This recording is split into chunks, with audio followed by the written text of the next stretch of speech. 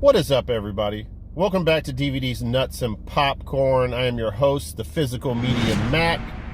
I have a confession to make. I am... How should I put it? I am Tight White's twin brother. And I haven't been straightforward with you guys. Yes, I did steal his intro. I don't know how to make an intro, so I figured I'd use it. He's not utilizing it anymore. But anyway, that's another story for another day. For now, we got some movies to talk about here. And I got lots of cool stuff in this box next to me in the car seat, the passenger side. I have 6 movies that I picked up off of Amazon Prime. I binged watched these the last couple of days so we could talk about them. I have 4 really dope movies I picked up from Goodwill that we're going to discuss. And then I have 2 Dollar Tree movie, $1.25 Bush movie reviews to go over with you guys.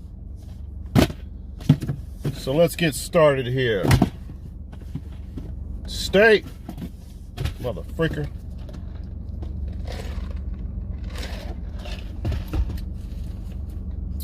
How you guys doing?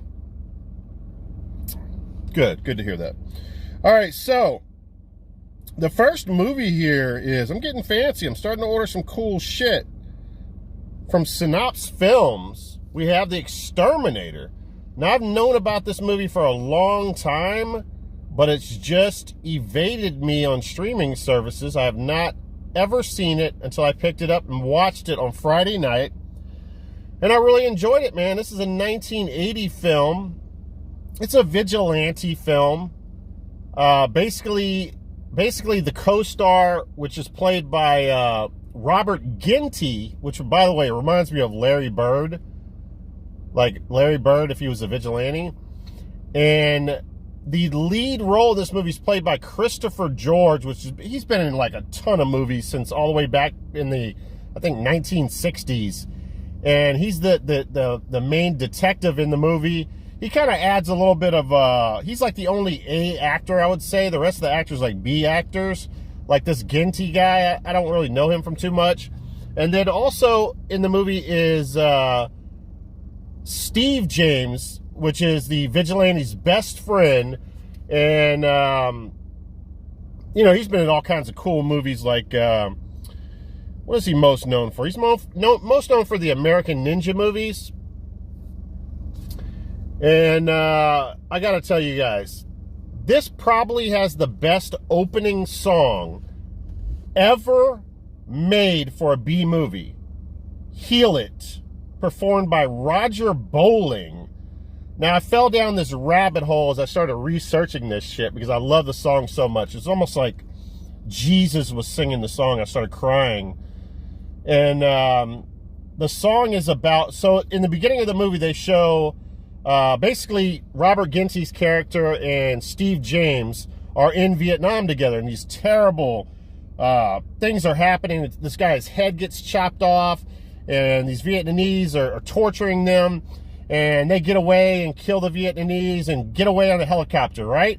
And then in the beginning of the movie, it shows modern time, or like not modern time, like after Vietnam, and they're like they have, you know, regular lives where they work at a packing plant. And at the beginning, they're showing downtown, wherever they're at, and they put the song on, Heal It, man. And I just love the song.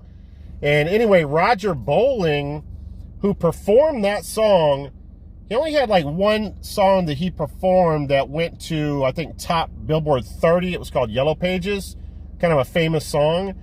But other than that, he was a co-writer of, like, I think, multiple first or #1 hits, including Coward of the County and Lucille, which I think were both #1 hits by Kenny Rogers. So I thought that was pretty cool.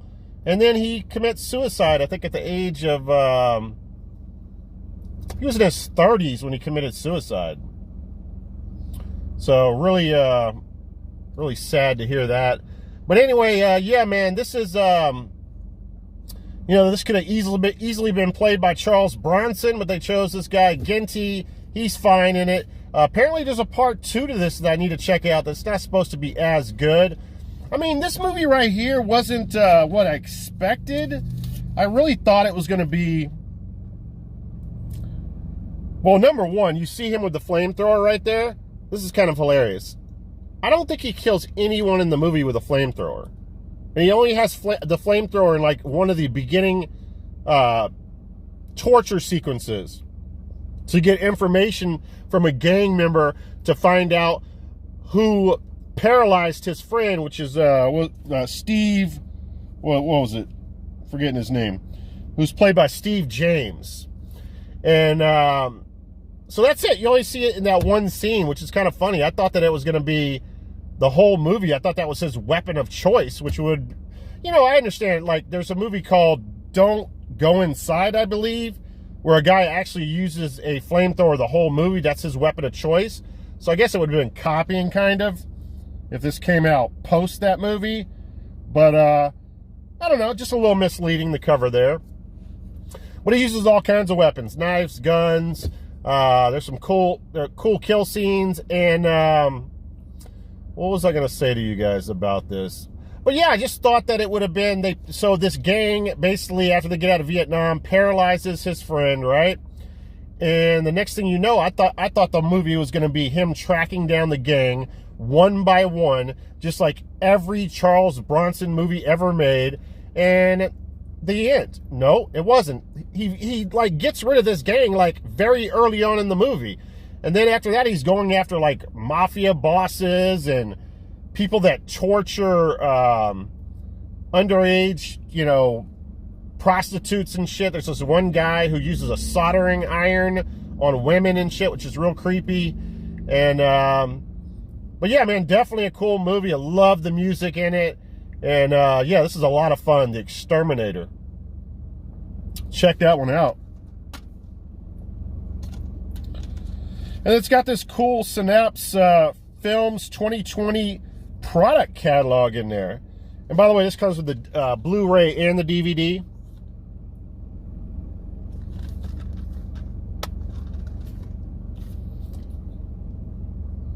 I haven't even looked at this myself. Oh, wow. Synapse has a lot of cool stuff.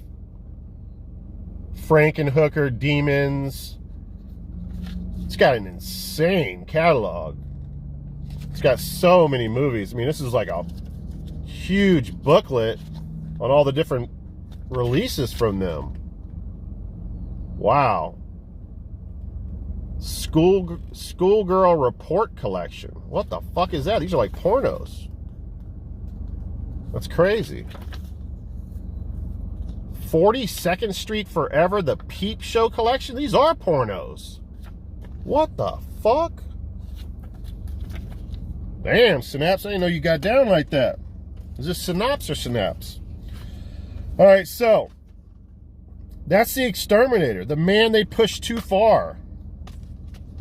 You got to heal it before you feel it. Check it out. All right, next up here. Where am I going to put this shit when I'm done? I think I'd have this organized after doing 30 of these. Or however many I've done of these. I don't even know what I'm going to call this. Well, I can't call it Dollar Tree, can I? I'm talking about a couple Dollar Tree movies. I'll just call it DVD and Blu-ray hunting. All right, next up, man. This is a dope-ass movie. Is it Cellar or The Cellar? The Cellar, guys. This is a 1989 film directed by Kevin S. Tenney, who is most known for directing, yes, the Witchboard movies, which I absolutely loved growing up. Actually, I don't even know if I saw 2 growing up, but the first movie is legendary. The male lead in this movie is a guy named Patrick Kilpatrick, which is a really cool name, right? Especially for an evil bad guy. And he's a famous villain in a lot of movies that you might have seen before. But my favorite is Death Warrant, when he played Mr. Sandman against Claude Van Damme, man. Just love him in that movie. So, really cool that they're able to get him to be the lead role in this movie. This has got a really cool, tough kid in it. It kind of reminds me of... What's that movie? The railroad tracks movie. Why can't I think of it now? Stand By Me. It reminds me of one of the kids from Stand By Me. Real tough kid. I liked him in the movie. Can't remember what his name was. It was either Chris Miller, Don Collier. One of those guys. Anyway, yeah, man, this is a creature feature right here. It reminds me of something that Larry Fessenden would have done. And it's got a lot of, you know, Indian burial ground type of stuff. So these guys they have an oil well or derrick, like trying to drill into the ground to find oil, but they're on Indian burial ground. So they fuck with Indian burial ground, and now they awake this Comanche war demon. And this house is right on that property, and all kinds of bubbly stuff starts coming up from the ground, and all kinds of creepy stuff happens. And then this creature that is all like no CGI. This is all like real monster suit type of or monster effects. Like I mean, it's impressive, man. I mean, it really looks cool. It looks a little bit goofy, kind of in the third act when it's kind of running around and stuff. But man, the face on this monster is so freaking badass. And yeah, man, it's right there. You can see a little bit of it right there. This is cool because it comes with, by the way, this is Vinegar Syndrome. Yes, I'm becoming a snobby Blu-ray collector, guys. Can you imagine that? But this is cool, man, because it comes with the reverse slipcover. And I'm pretty certain that this slipcover was the VHS cover back in the day. So check that out. Really, really cool. But what else do I have to say about this, man? The Cellar, man. I love this movie. I just like movies like this, man. Like I said, it kind of reminds me of Larry Fessenden movies. And yeah, man, this is cool. As soon as I heard that he did Witchboard, I had to see this movie. Now, I got kind of confused when I saw it. Basically, when I was reading about this, it said the guy who directed Witchboard and Night of the Demons. And I initially thought it was the Night of the Demons with, you know, Leanna Quigley and, you know, the famous one. But I guess there was a remake made in 2009 with the kid from Terminator in, what was it, Brain Scan? Was it called Brain Scan? I can't remember now. You know, the kid from Terminator. But Edward Furlong. But it's not. So it was a remake. I guess it was a remake or reboot or just by the same name. So I was a little bit thrown off by that. I was like, holy fuck, this guy directed Night of the Demons and Witchboard. I gotta see this movie. But I was not wrong in picking this one up. Really enjoyed it. Lots of fun. And I highly recommend it. The Cellar. Vinegar Syndrome, guys.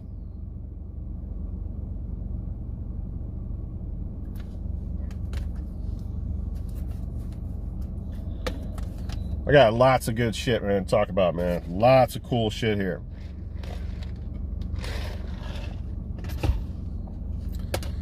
All right, so this is my first time seeing this. I know, I'm behind the times, guys. I do realize this.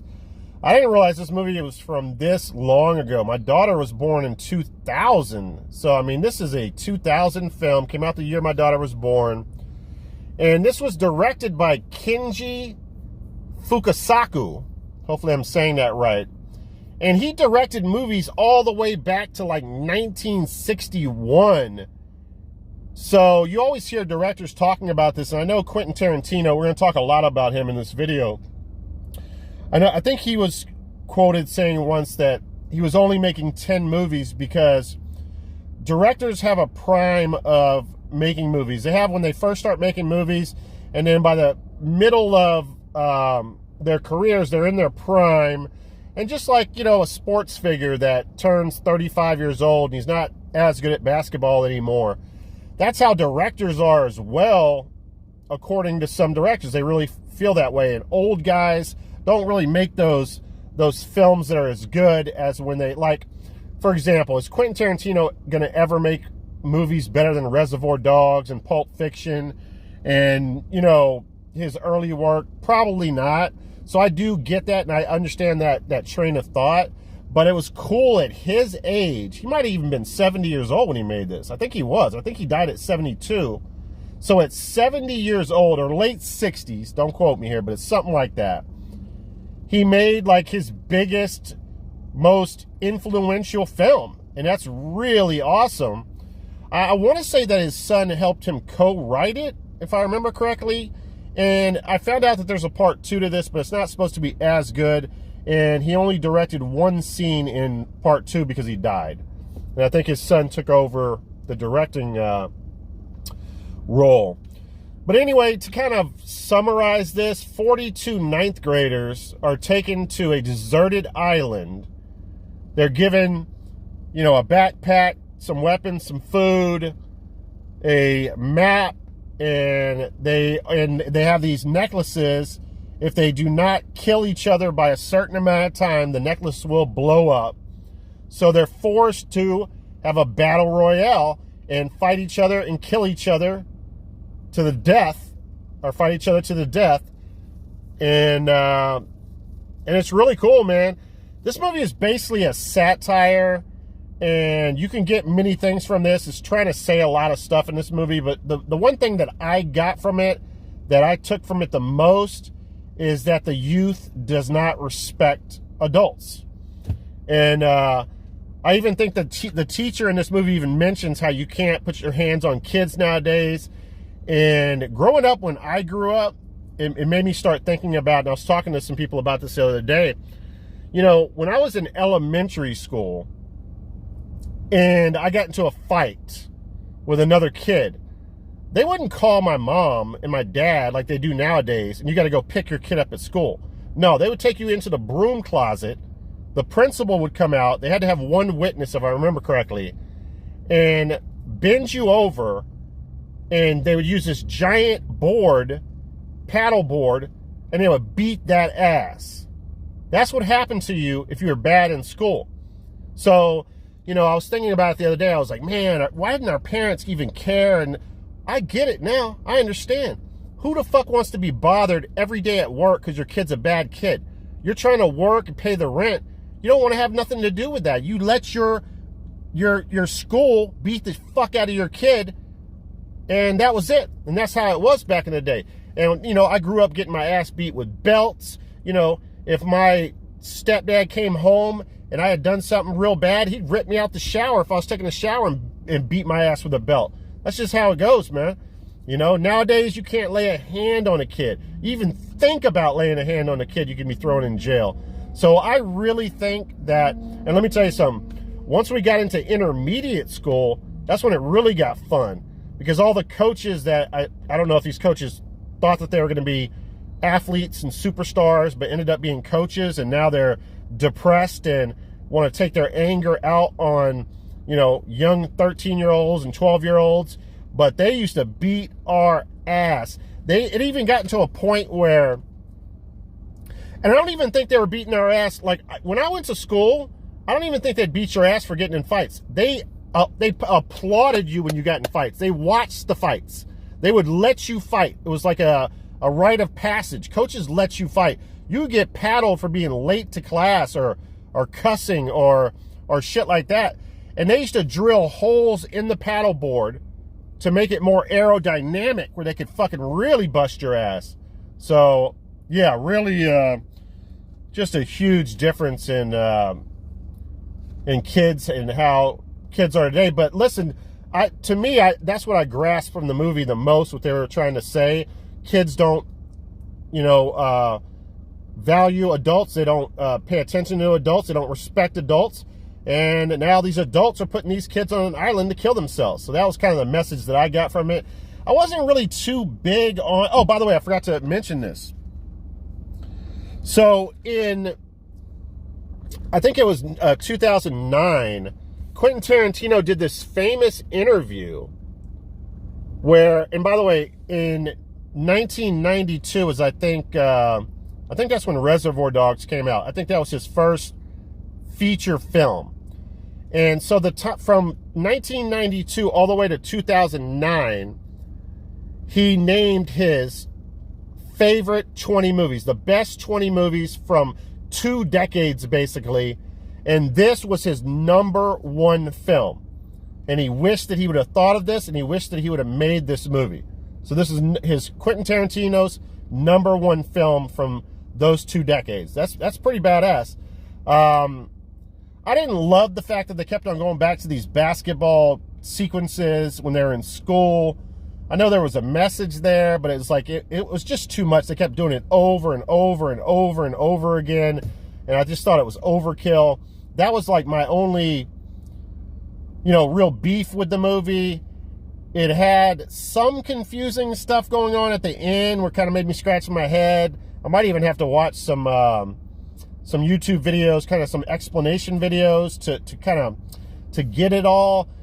But one thing I have to say about this movie is, well, first of all, the movie looks great. It sounds great. It's edited, meticulously. It's a beautiful film. I would agree. It's probably a modern day masterpiece. Would I say it's the best movie of those 20 years? Probably not. I mean, I don't know. But I can see why he loves it so much. It's one of those movies that has subtitles. And we'll talk about another movie pretty soon here where you forget it has subtitles. Some movies you're like, oh, fuck, man, this movie has subtitles. I am not going to be able to get through this movie. Once you're like 20 minutes into a movie, this one, you forget it has subtitles. It's so fucking good. And by the way, 2 hours. You guys know how I hate movies that are more than an hour and 30 minutes. Somehow this movie does it. It keeps me enthralled for the whole 2 hours. It's amazing. It's a miracle, but yes, it did it. Do I love this as much as him? Probably not. But yeah, man, the one thing that's cool about this movie, or one of the things that's cool about this movie, is all of these kids go to the same high school. So the little beefs they have, well, not little beefs, these are big beefs back when you're in school. They're real important to you.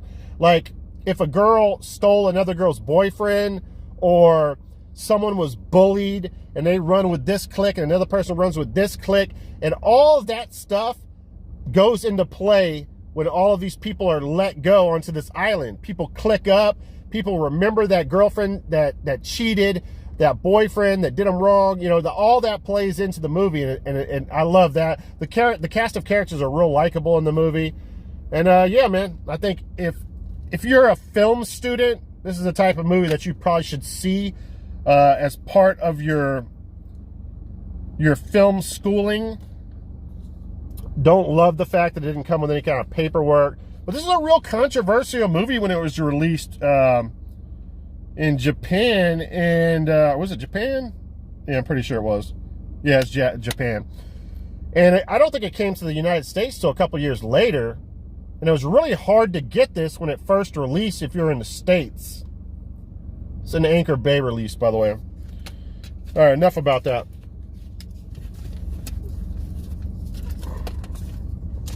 Boy, that was long-winded.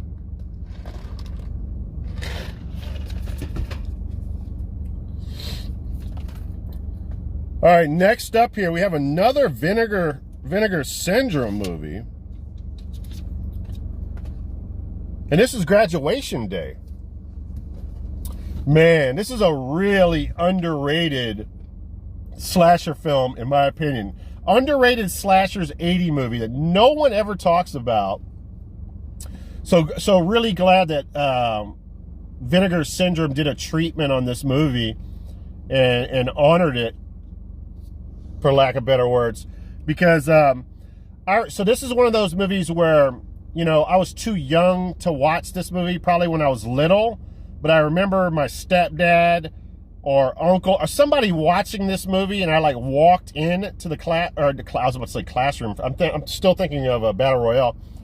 I walked into the living room and I saw this scene where this track guy is pole vaulting, and he pole vaults over the deal and comes down on a bed of spikes. And I was like, I remember as a kid thinking, holy fuck, this is a fucked up school this guy goes to.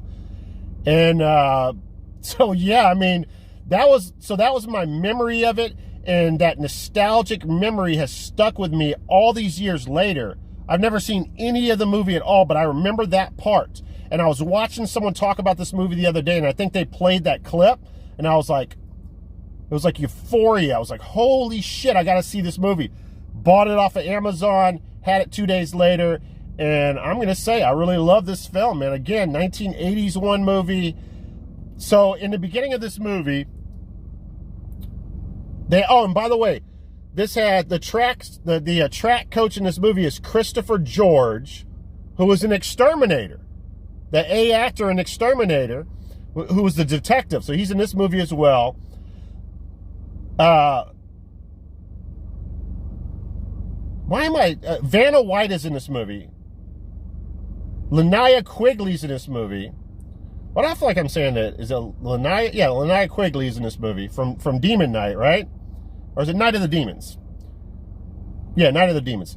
So, sorry, man, I had a brain fart there. So the track star, one of the track stars in this movie, a female, she has a heart attack after she wins a race. And then all of a sudden, everybody from her track team starts getting killed one by one. And you don't know who it is. I remember when I first saw that in the beginning of the movie, I was like, all right, it's probably going to be the coach or it's going to be her parents. But I found out it's somebody different in the end, so that was pretty cool. But it was pretty obvious if you watch the movie. But anyway, really cool kills in this movie. There's a real funny kill in this movie where this guy, there's decapitations in this movie. There's, he's wearing a fencer outfit with a sword. He takes a sword through some girl's eye. Really cool practical effect. And probably one of my favorite kills in this movie is the guy, a football guy, is in full uniform, and he's running through the woods on this track. I guess there's this track next to his school, or this wooded area next to the school that has this trail. And he runs into these two girls, and they take the football from him, and they're playing keep away from him. And one of the girls throws the football in the woods, and then the girls run off. So he's searching for the football in the woods. And then all of a sudden he looks up, and somehow the killer has put a sword inside of the football, just a blade coming out one end of the football, and he throws the football and it lands in the guy's stomach. He catches it and the sword goes through his back. I'm like cracking up, man. That's one of the funniest kills, man, in any slasher movie I've ever seen. So there's some real creative kills in this. Again, man, really underrated slasher from the 80s. And, man, I liked it.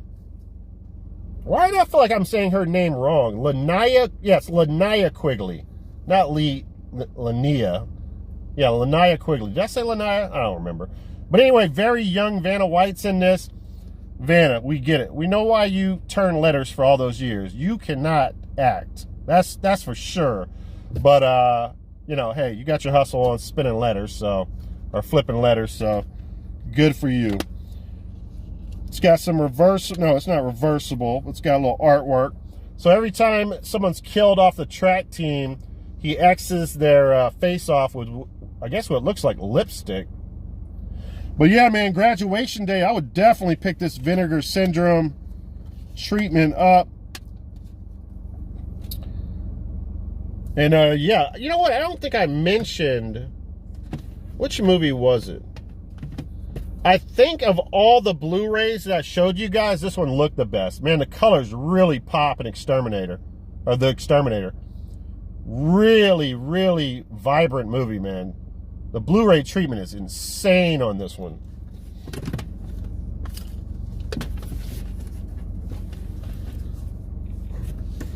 Alright, so the last of my Amazon pickups, and then we'll get to the Dollar Tree, $1.25 Bush mini reviews, and the Goodwill pickups. We have a 2011 film here, The Caller. And man, I really enjoyed this one, man. This was like it was an original movie. It was a nice break from all the movies that I've been watching. A nice change of pace. And in this movie, the lead role, female role, which was played by, I'm probably going to butcher her name, Rachel Lafleur, which I guess she's French. She's French-Canadian probably. She's from Canada. I remember that. Redhead, beautiful woman, man. I am really attracted to this lady. She is so beautiful, man. Anyway, she was going to be originally her role in the movie was going to be played by Brittany Murphy. And again, this is a 2011 movie. I believe Brittany Murphy died. What did Brittany Murphy die of? I can't remember. Was it suicide or a drug overdose? I think it was a drug overdose. And she died in 2009. So this movie must have took a couple years to come out, because she was actually on the first, they hired her for the role. She was there the first day of shooting, and the director does I'll go back to the special features if I remember. The director does an interview in this movie where he talks about it, but he says in honor or because she did pass away so horribly, he didn't want to talk about what happened, but things must have went really sideways, because they had to let her go, or she left the set and quit. Something bad happened, and he was literally on set in another country, I think, and I think they were in Puerto Rico, and this was like his first major directorial debut, I think, and he had no lead star. So he got a hold of some agent, and they got him this Rachel, beautiful lady, by the way, again, I'm saying that wrong, Lefevre, but anyway, got her like quick fast, and she's great in the movie. I enjoy her in the movie. The lead male role in this movie is Stephen Moyer, who starred in True Blood. He's like I guess the head vampire in True Blood. I haven't watched a lot of True Blood. I only watched like the first couple of episodes when it first came out. But he's in this. I enjoyed him in it as well. And this is one of those movies, man. It's just different. So she rents this apartment, right? And she starts getting these calls from this lady, and this lady's asking for this guy, and she keeps telling her, you have the wrong number. I don't, but the lady is persistent. She keeps calling back and calling back. And pretty soon they have this kind of weird relationship where they're talking about certain things. And all of a sudden, she finds out that this lady is actually from the past. So she's talking to a lady who is from like 20-something years earlier. Like when she was, let's say she plays 26 in the movie. She's talking to her 20 years ago, and she would have been 6 years old at the time, which is interesting because in the movie, well, what happens is she starts getting sick of these phone calls, and she cuts her off. She says, I'm not answering the phone no more. I'm not talking to you no more. And this, I guess, spirit, I guess you would say, gets very upset with her and says, you ain't cutting shit off, and now you've made me angry. And all of a sudden, she makes a phone call to her, and then she says, in a matter of words, she says, do you want to talk to yourself? She's like, what are you talking about? And that lady at the time back then, she must have knew her as a young girl. So she puts her on the phone with herself, her younger self on the phone. And Rachel's character is like, this woman is crazy. Run away from the house right now. Get away. She's talking to herself, which is insane. And so the spirit gets back on the phone and says, oh, you tried to double cross me. Why are you doing this? I'm going to hurt you now. So she's cooking chicken, and she keeps talking about how she's cooking chicken and how the grease from the chicken is dangerous. And then all of a sudden she burns the kid with the chicken grease, and you can hear the kid screaming. And it's a really good effect that's done. You can actually see the third-degree burns just all of a sudden appear on Rachel's older body, right? Just out of the blue, like, because if it happens in the past, then it has to be true in the future, right? So all of a sudden you see these burns just appear, and it looks really good, especially for something back in 2011, man. It looks totally legit, not non-CGI, which obviously it has to be CGI, right? But, and then it even turns into being a slasher at the end of the movie. So, yeah, man, kind of a cross-genre type of film. And it got confusing at the end. There was some stuff that I don't know if I understood. I'm still trying to let these movies marinate because I saw them so recently. I watched this one last night, but yeah, man, cool film, man. Let's go over the special features. It has an alternate ending, which I do need to watch because I don't know if I love the ending. Deleted scenes, and like I said, it has an interview with the director. Check this one out, and let's go over the actually, I do have something to talk about on these. Let's go over the special features on this one here. It says new 4K restoration, which wouldn't have anything to do with this because this is a Blu-ray, right? And original theatrical trailer, video interviews with lead actress Patch McKenzie, director Herb Fried, producer David Bond, and editor Martin J. Sadoff. Commentary track with David Bond. Commentary track with The Hysteria Continues. I don't know if that's a podcast or someone of any sort of virtue, but anyway. All right, so there you go. Graduation Day special features. The Exterminator. This has the original director's cut featuring more gore and violence, newly restored original stereo soundtrack mix, audio commentary with director James Glickenhaus, the theatrical trailer, and television spots in that one. And this is the one I wanted to mention to you guys. It's actually easier to read these features on, let me make sure I'm not running out of time on the phone. It's probably easier to read these on this side of the artwork. So this has, the seller has newly scanned and restored in 2K, and it's 35 millimeter original camera negative. The director's personal 35 millimeter lab print. That's pretty cool. Includes two versions of the film, the theatrical cut and the unseen director's cut. Group commentary on both versions with Kevin Tenney, director, Susan Savoy, actress, and Patrick Kilpatrick, actor. And introduction by the director.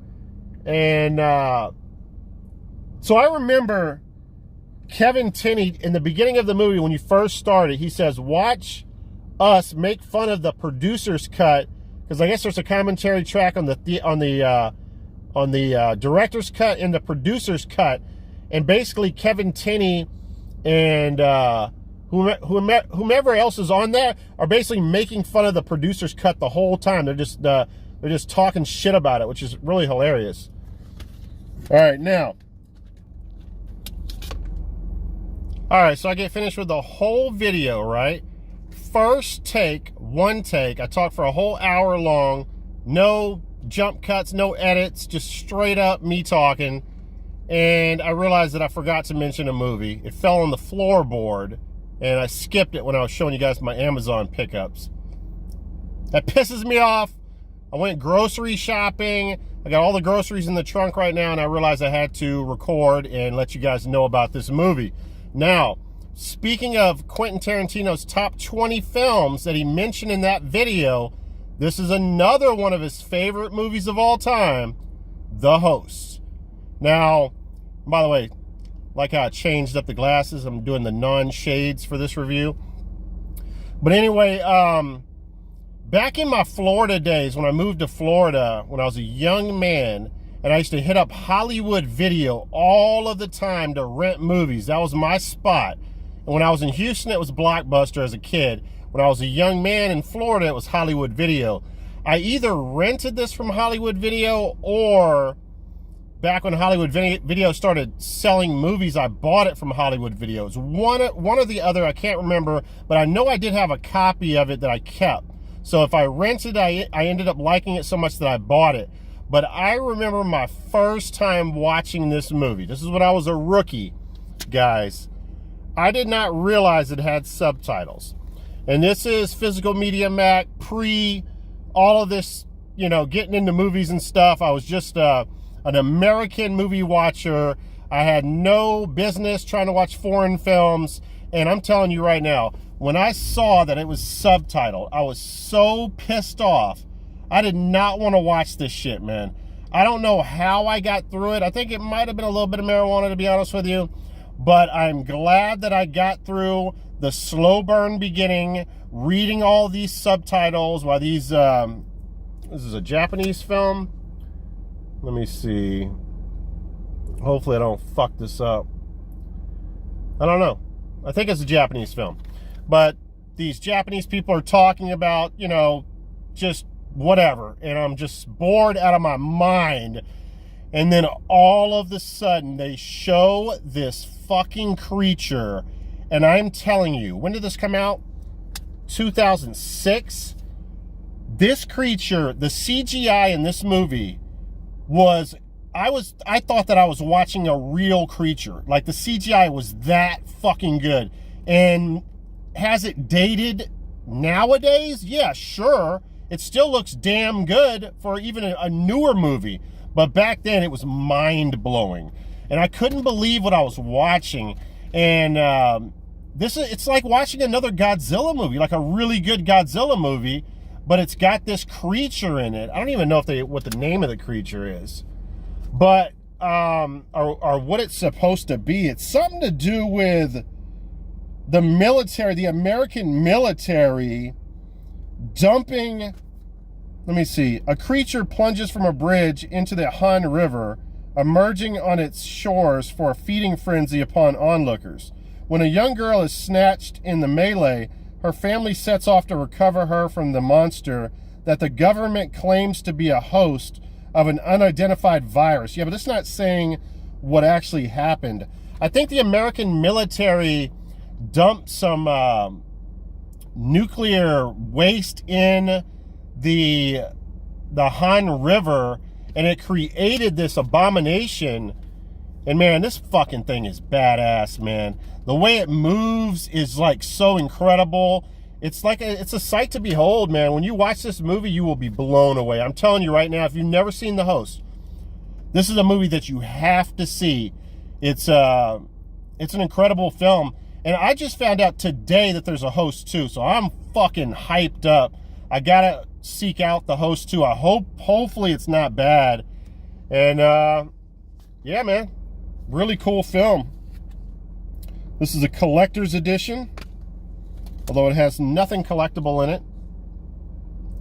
No paperwork, which is a letdown. And yeah, The Host, check it out.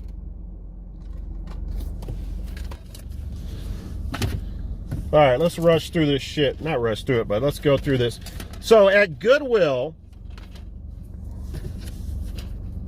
actually, let's go through these real fast. Let's go over the Dollar Tree little mini reviews here.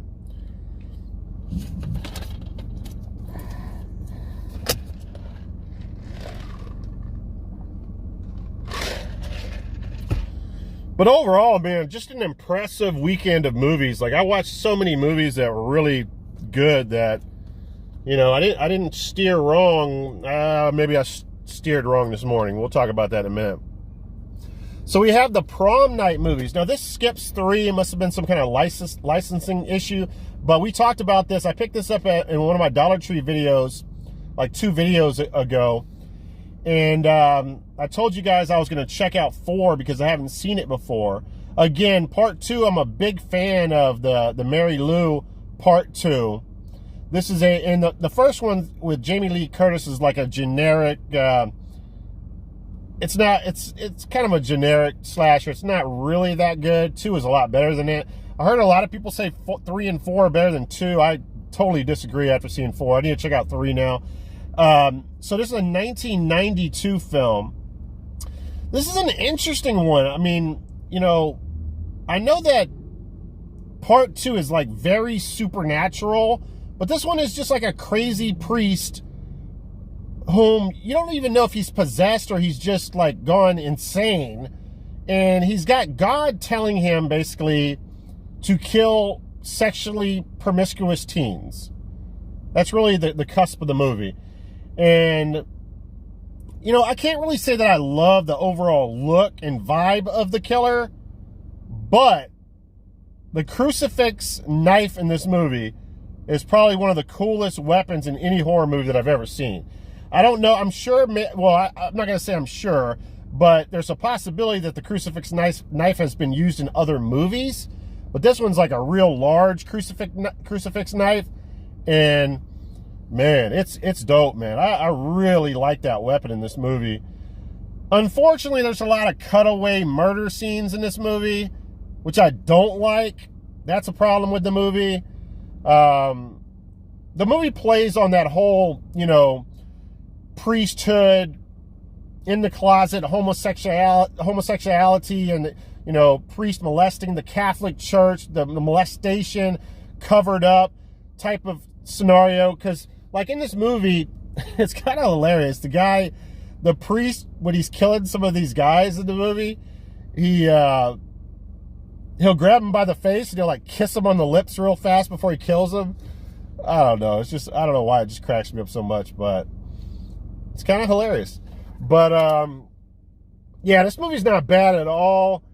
It's, you know, I didn't hate it, man. The lead female actress in this movie, I guess she plays like, I don't know, I guess they're all teenagers.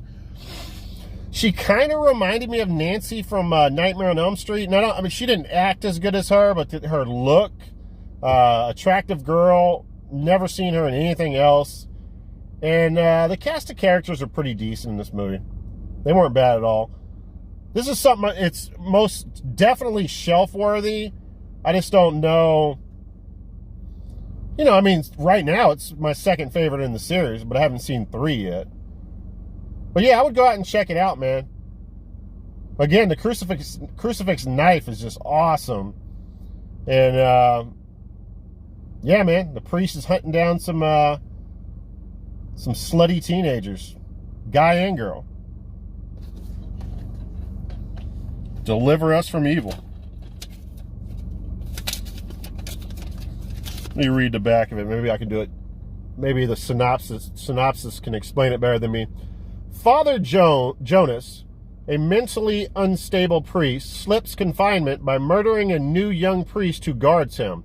Renewing his vow to slay as many sinful teens as he can, Father Jonas resumes his blood-spilling ways when he discovers 2 reckless couples partying in a former monastery on prom night. Nah, that's pretty much what I said.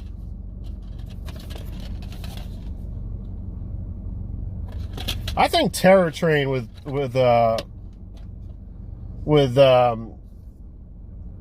am I forgetting her name?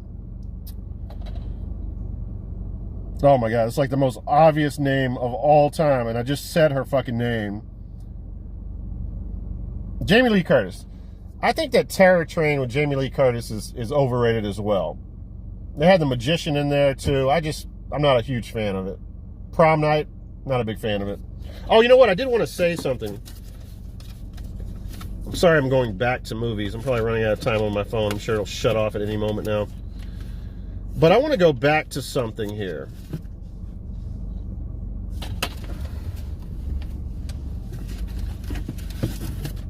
So we were talking about Brittany Murphy, how she didn't do this role and she, I think, died of a drug overdose. Or was it suicide? I still can't remember. But anyway, I feel like Brittany Murphy's an underrated actress. Like, I don't think she gets her enough due. I loved her in 8 Mile, Girl Interrupted. She's been in a lot of movies, man, where she really did her thing, man. And when people talk about really good female actresses from that time span, I think she killed herself when, no, I'm sorry, I think she died, however she died. I think it was at a young 32. But during that time span when she was acting from a teenager, she was in Clueless, by the way, as well. She was good in Clueless. But people never talk about her, and I think she's a really good actress, man. Very underrated actress. All right, anyway, I just want to say that.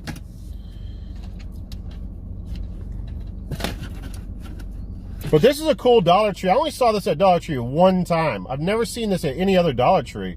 $1.25 bush, so definitely let me know if you guys have found this at your Dollar Tree. I'm interested in that. All right, so this is my other Dollar Tree mini review here. We have Dead Shadows. I think this is like a French film. It's a 2012 film, And I talk about the movie Dead End from that 10 Most Wanted action movie, Dollar Tree pickup, a lot. It's an underrated gem of a movie, Dead End. And that starred John Fallon. And it was cool to see John Fallon in another movie. He's in this movie. He's not the main star, but he's his, I think, older brother, or plays like an older brotherly type of character. And he's a badass in this movie as well as he was in Dead End, right? So that was cool. But for me, this is basically Attack the Block with subtitles, but not nearly as fun. And, you know, it's got some decent CGI, and it's got some lame-ass CGI in it. There is a cool scene in this movie where, so basically, again, it's like Attack the Block. A comet hits Earth, and that comet unleashes these, you know, this alien life forms, I guess, that, you know, possess or take over people's bodies and stuff. And there's a scene where one of the guys, an older guy who's been taken over by the alien forces, right? He's at this party, and he gets this young, beautiful girl. He gets her to go into this room, and she jumps on the bed, drops trowel, bends over, and he like gets up from behind and about to run a 69, and all of a sudden, out of his pants comes this alien like slither. It looks like, I don't know if they're trying to make it like it's, well, they're trying to make it like alien cock, and he starts having sex with her. And all of a sudden, this alien cock comes out of her mouth. It's like, what the fuck am I watching? That shit was hilarious. But other than that, it wasn't too much fun to have with this one. Again, if you want to see, I didn't love Attack the Block, by the way, but if you want to see this movie done better, watch Attack the Block. This is one of those movies where 20 minutes into it, I'm like, fuck subtitles. This movie is not good enough for me to read subtitles. Special features, making of the special effects, deleted scenes, interview with the producer director, David Koloa, theatrical trailer, teaser trailer. All right, let's break a window with that one. All right, do I still have time? Yes, I'm under time here. Seems like once I start talking movies, it just always ends up being like an hour long. No matter how I try to shorten up videos, it just never works. Okay, I've seen this at my Goodwills a million times. It's usually in busted up condition, though. I finally found a factory sealed copy of it, and it's a movie that I've never seen in my life. I do like James Woods and mostly everything that he does. And this is a John Carpenter movie, so it's a must own if you're a John Carpenter fan. And I don't know why I've never gotten around to seeing it, you know?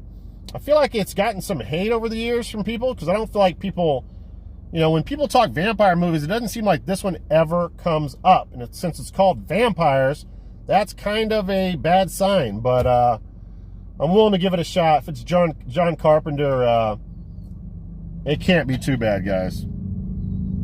The final confrontation between good and evil has begun. That's my synopsis voice. I try to do a synopsis voice sometimes. I'll read just the first paragraph here in my synopsis voice. In the blood-chilling tradition of Halloween in the Village of the Damned comes John Carpenter's unique vision of the ultimate killing machine, vampires. So yeah, special features, director's commentary, photo gallery, and bonus trailers. Yeah, man. All right, 3 more movies and I'll let you go. All right, let me talk about this movie right here. So happy to find this. I have this on a 4-movie Blu-ray. I want to say this is part 8 in the franchise. And this is Hellraiser Hellworld, and Evil Goes Online, guys. I'm not going to say that's a good thing. It says the newest, the most horrific tale. No, not even by a mile. Okay. Let me talk about, I guess, what I like about this movie. I am a fan of Lance Henriksen, and Lance Henriksen is in this, and Lance Henriksen never disappoints. He's always good in everything he does. He kind of has that deadpan, dead-ass delivery that just, it never fails, like I said. I did like how the young friends in the movie, when they died, or they presumably died, they turned into young Cenobites. That was really cool, that part. It was just a brief moment, but I did like that. The big, like, mansion in the movie where the party's going on, I thought that was a really cool set piece. And other than that, I didn't like this movie, guys. I mean, I'm a huge fan of the Hellraiser franchise in the fact that I've seen probably the first 4, and I fuck with the first 4 movies, but I have not seen 5, 6, 7. I don't know if this is the last one or have they done one after this one. This is like part 8. So again, I think this is like a 2005 release. I don't know, guys. You're going to have to see this one. I don't want to spoil it for you, but like nothing is what it is. It's like all in their imagination. This drug that they take has them seeing visions of pinheads and the Cenobites, and it's not really happening until the end of the movie, and it's just like, come on, man. It almost feels disconnected. No, it does. It feels disconnected. It's almost like it's not a Hellraiser movie to me. I don't know. Maybe I'll give it a second watch one day, but I just, I was not blown away by it. So, bonus features here. Ticket to Hell World, a behind-the-scenes look. Feature commentary by director Rick Boda, writer Joel Soyson, and special makeup. All right, that's enough of that boring. So yeah, $2. I'm happy to have an individual copy. I mean, I'm a collector, man. I'm a Hellraiser nut. So, and very surprised that I haven't seen all the Hellraiser movies. That's one that I've definitely procrastinated on, and I need to marathon those. Jumping straight to 8 is probably a bad idea once you've seen the first 4, and you realize how, you know, amazing at least the first 2 are. Jumping to this movie is a major letdown, but it does have Doug Bradley in it. All right, real quick here, and I'll let you guys go. I got to do some grocery shopping and all kinds of shit.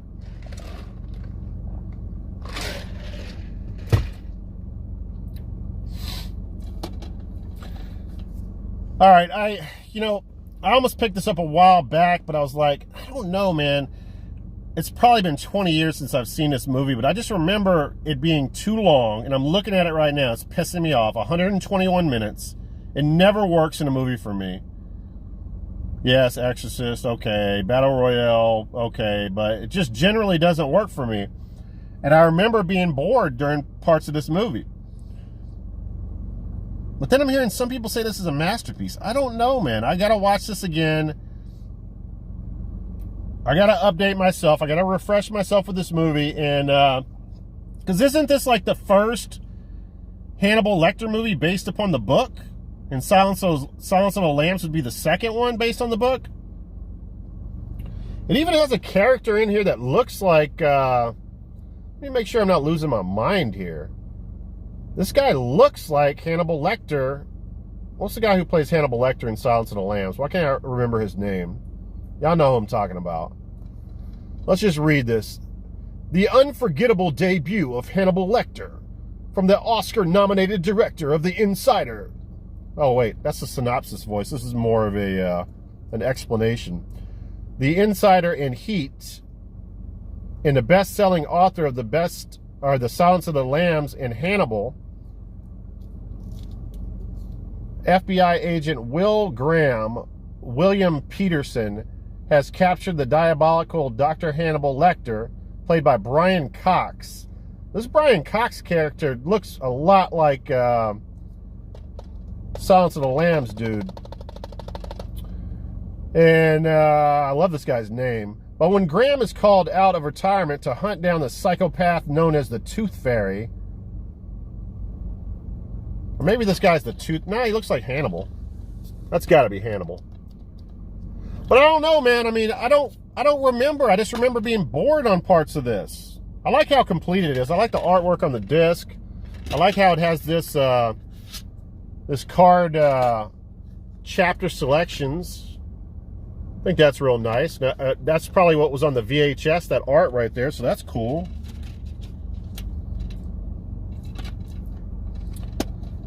I hate long movies, guys, but I do look forward to checking it out. I might have to watch it in segments. Watch 1 hour one night and the next hour the next night. But yeah, this is the beginnings of Hannibal, I guess. All right, do we have any time left? Yes. Okay, so last movie, I didn't write any notes on this, guys. I'm going off of pure memory here, but I remember watching this as a kid and loving it. Angel Heart. Okay, this has Robert De Niro as the devil. Eat your heart out, Al Pacino. This is like the Devil's Advocate, but a better version of it. And Robert De Niro is a, yeah, he's definitely a better, Al Pacino was over-the-top, cheesy Satan. This is scary, fucked up Satan. And I love his name in this movie. He tells the guy, like when he first meets Mickey Rourke's character, he's like, my name is Louis Cypher, which is Lucifer, Louis Cypher. Man, I love that play on the name, man. It's really, really cool. I remember this movie being highly controversial. It's got a sex scene. You know, back in the day when you'd have a sex scene between a white guy and a black girl, it was like controversial, I guess, when this came out. But it happened to be one of the Cosby kids, Lisa Bonet, her first movie after being, you know, one of the stars as the Cosby Kids, right? Now she's having sex with Mickey Rourke and, you know, rubbing chicken blood all over herself. She's into voodoo and all that shit. And, yeah, man, this is like a New Orleans voodoo type of, oh, no, actually, let me see.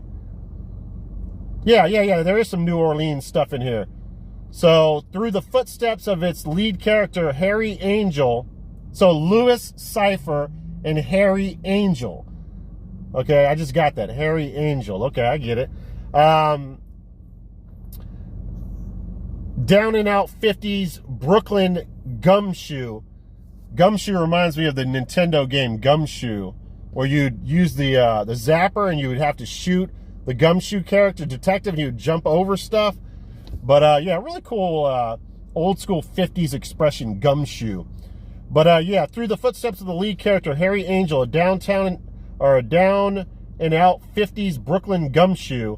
And by the way, this was in Mickey Rourke's prime, right? Alan Park's film, Angel Heart, takes us on a journey of violence and murder that canvases the desperate streets of Harlem, smoke-filled jazz clubs of New Orleans, and ultimately the voodoo rituals in the sweltering swamps of Louisiana. Really cool devil flick, and mixed with that voodoo. Really good twist in the movie, man. Mind-blowing twist at the end of the movie. And yeah, man, it's one of my favorites. Love Angel Heart.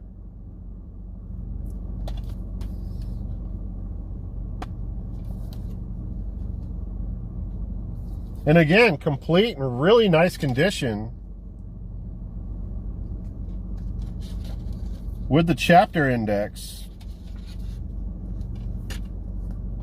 Robert De Niro is such a good actor. All right, that's it. That's the video. That's all I got for you guys. Now, what have we learned from this video today? We've learned that I picked up a bunch of cool movies, and I know what the fuck I'm talking about, and you guys need to go out and pick up these movies if you don't have them.